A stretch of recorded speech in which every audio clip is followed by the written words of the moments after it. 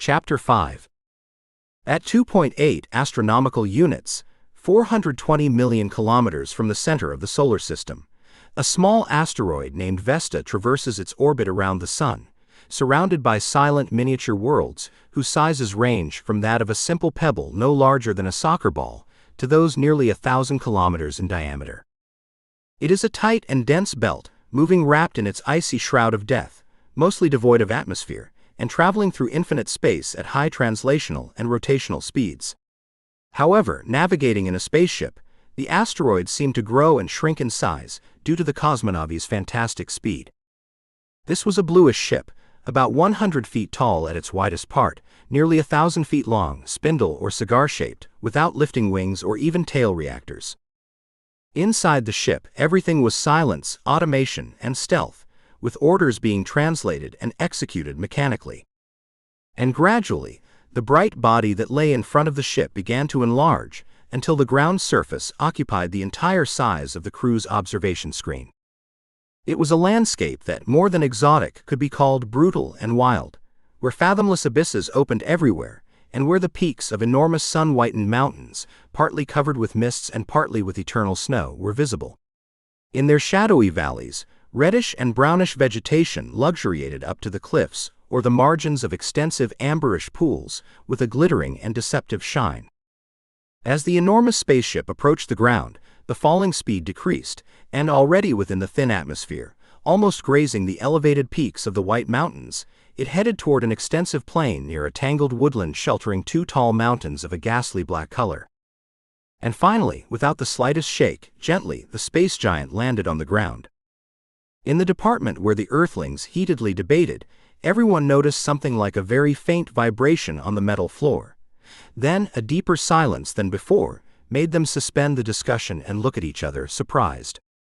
Dario ran to the door and carefully removed the linoleum piece that was tightly sealing the hole he had made 2 days earlier, but the harmful gas made him recoil, protecting his nose and resealing the hole. "Close that, you fool," shouted Basil Tyrrell. "Do you want us all to suffocate in here?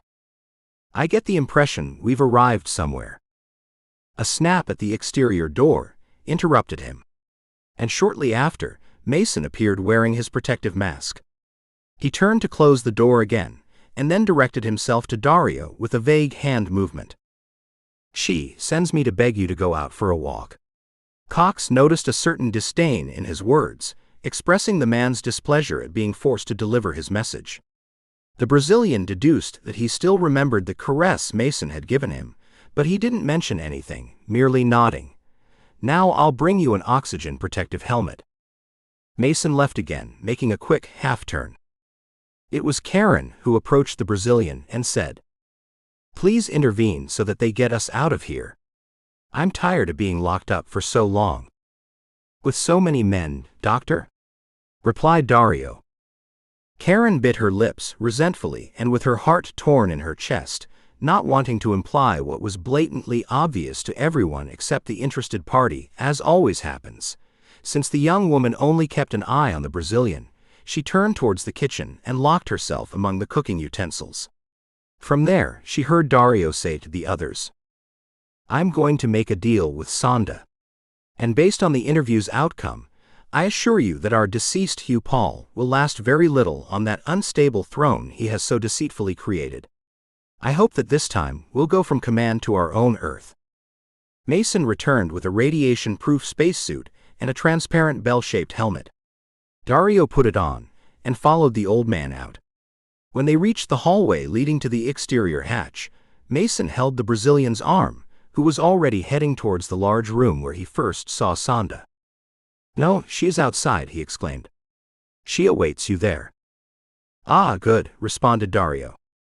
And he was inwardly glad, as he wanted to see that legendary woman face to face, on neutral ground, where the artifice of the unknown wouldn't be a hindrance to him.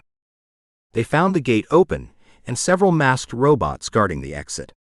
Dario remembered that Vesta's gravity was very small, and the soil's radioactivity was very high. Upon stepping into the sunlight, he blinked repeatedly. And below, on the ground, next to a rare dwarf tree with lush reddish-green foliage, he saw a slender figure without any spacesuit.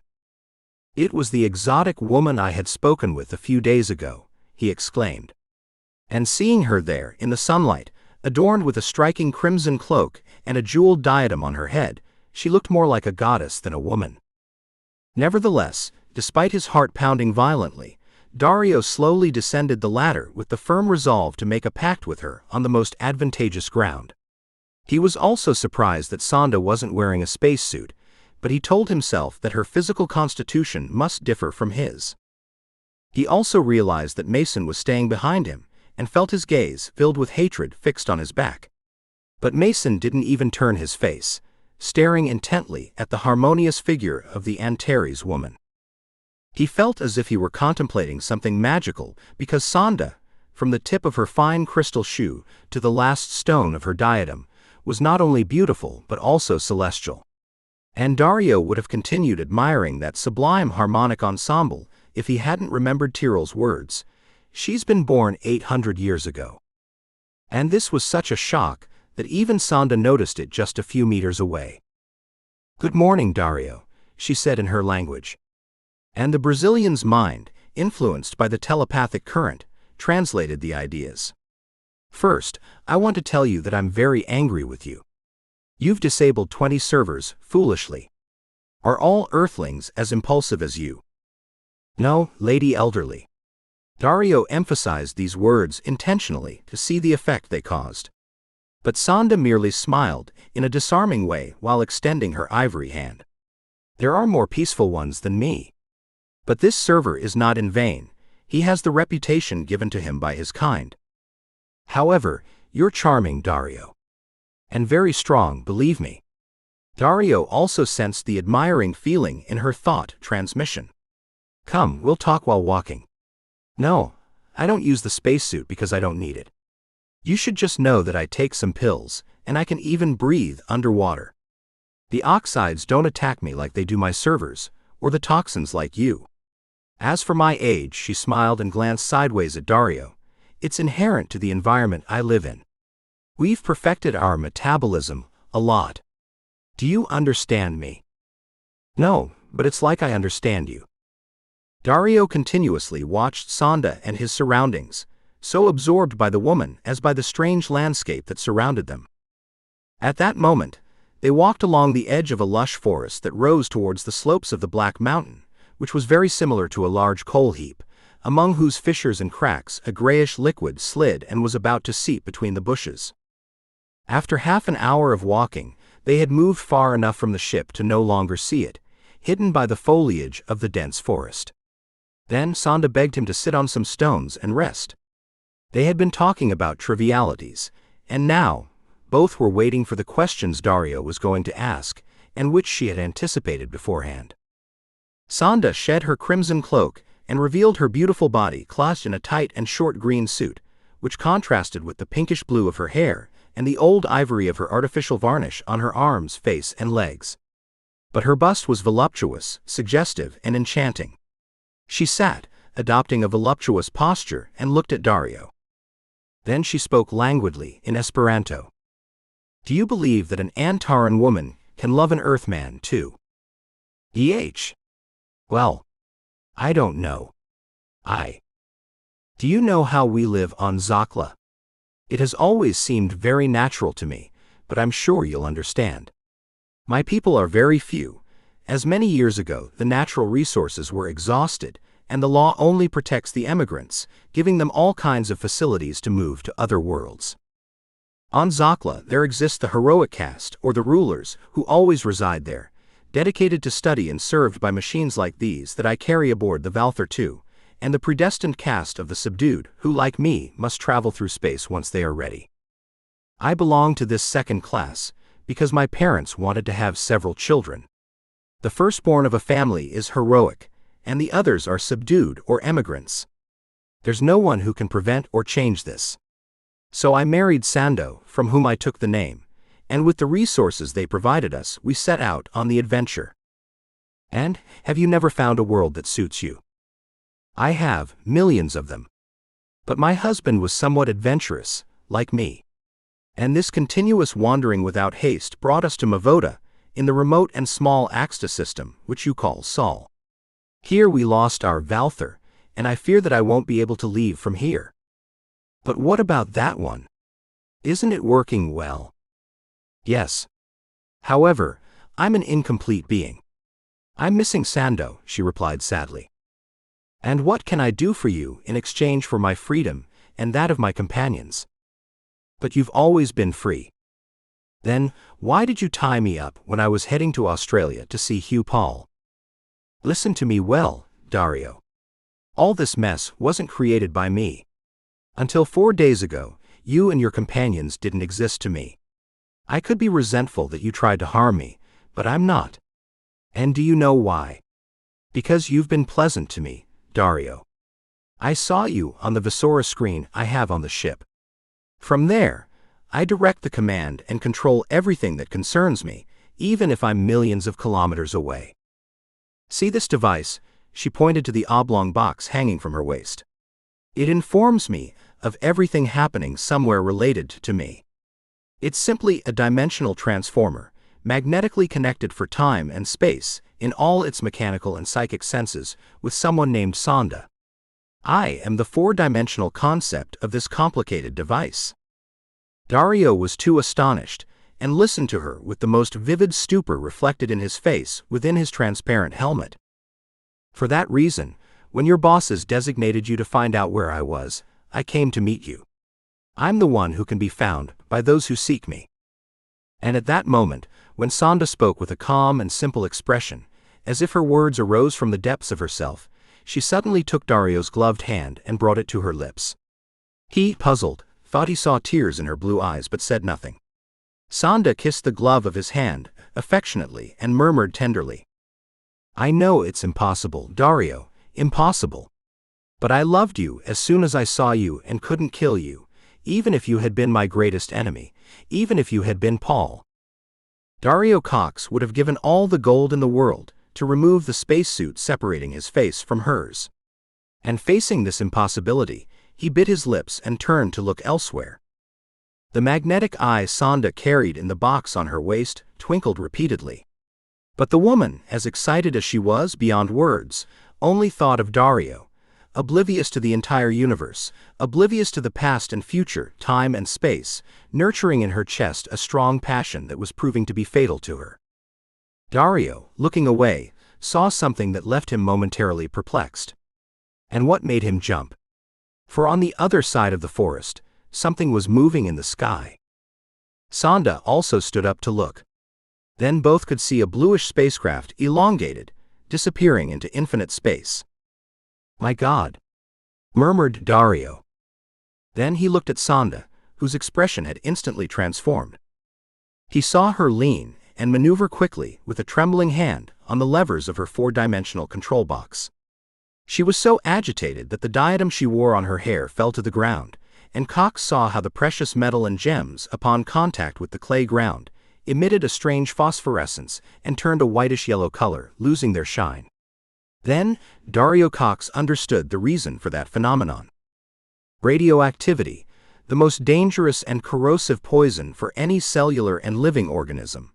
But he was even more astonished to realize that Sonda showed no signs of being subjected to it, that radioactivity didn't harm her at all. Sonda finally stood tall, with a grimace of sadness and bitterness on her face, and said in a soft voice, We're lost, Dario. If a miracle doesn't happen soon, we'll die. It was Mason, that damn traitor, whom I shouldn't have trusted even for a moment. He was Paul's friend, but he told me he preferred to be with me. Do you know what he did? And how do you expect me to know? I'm telling you this. She tapped the oblong box where the magnetic eye continued to change colors intermittently. He forced that German professor and the Russian girl to govern the ship to take them back to Earth. Your friends didn't want to support his escape plan, but one of the American pilots has been killed. Now, Tyrrell and O'Brien are shackled and locked in a chamber, along with the other Air Force's boy. And you can imagine what awaits them in Mavoda. Basil and Mark will go to the underwater prison for life, or be executed. Isn't that right, Sonda? Dario had turned pale. Yes, that's what Mason thinks. Do you want me to tell you something else?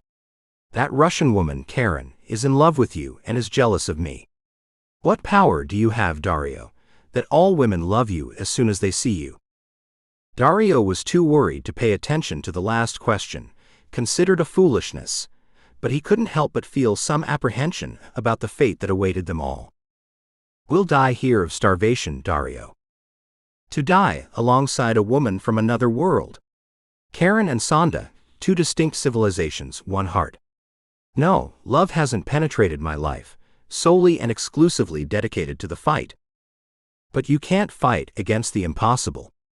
Mason is a scoundrel and a traitor. I should have suspected, but I trusted this woman. I thought her science was above deception. And now it turns out she's in love like a travel companion's hostess. And because of me, she's forgotten her duty, a duty more sacred than love. Will I even have to watch over her? Don't bother yourself, Dario, she shouted angrily, perhaps as a result of reading his thought. Only chance can get us out of here. But it must be a chance that happens quickly, for we won't last more than a week. I know this very well.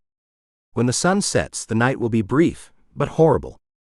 Dario was convinced that Sonda wasn't as infallible as he had imagined. And, refusing to remain inactive, he began to weigh the possibilities they had to leave that trance alive. But suddenly he heard Sonda scream and heard her say, "Come, run, some robots have remained on the ground." Dario ran as fast as his heavy suit allowed after Sonda, who seemed to fly along the forest edge, light and graceful like a gazelle. Did that woman really have 800 years? What were those years like? Because Dario knew very well that the concept of time was different for many planets. And without knowing why, he thought that love could be possible with that woman. He was running and seeing Santa's perfect back. But although he wanted to imagine more than what he saw in her, he found some resemblance with another woman he also had in mind. Karen Vassiliev. What a contrast, my God, he said to himself. I think of her because she's in greater danger than me. I think of her because she's more real, more of my world. He saw several blue-clad robots in front of Sonda, and then he stopped his run because the weight of the magnetic boots tired him. He would have gladly taken off the spacesuit and sat on the ground. Sonda was maneuvering the controls with quick and curious gestures, seeming to give instructions to her servers. Cox heard her clear and harmonious voice, but didn't understand its meaning. Then she turned towards him and called him with her thoughts. Come, Dario, for now we're protected. And Cox thought sadly of the poor protection of a mechanical robot. But he shrugged, telling himself that if in 3 months they didn't come to pick them up, and in case they found food, from his body only a skeleton would remain inside a vacuum spacesuit. Laughing prospect. Nevertheless, the company of the robots turned out to be more pleasant and useful than Dario had feared. For in less than 5 days, they had built a house he wouldn't have been able to imagine, and inside they created an atmosphere of pure and breathable air, using the condensation procedure of certain materials found on Vesta. One of the robots was sacrificed, and its electronic mechanism was used so that Sonda could perform true miracles with it. They obtained breath from the trees of the nearby forest, although it was necessary to treat them beforehand with electric discharges. And Sonda had said she was going to be happy with Dario in that deserted world.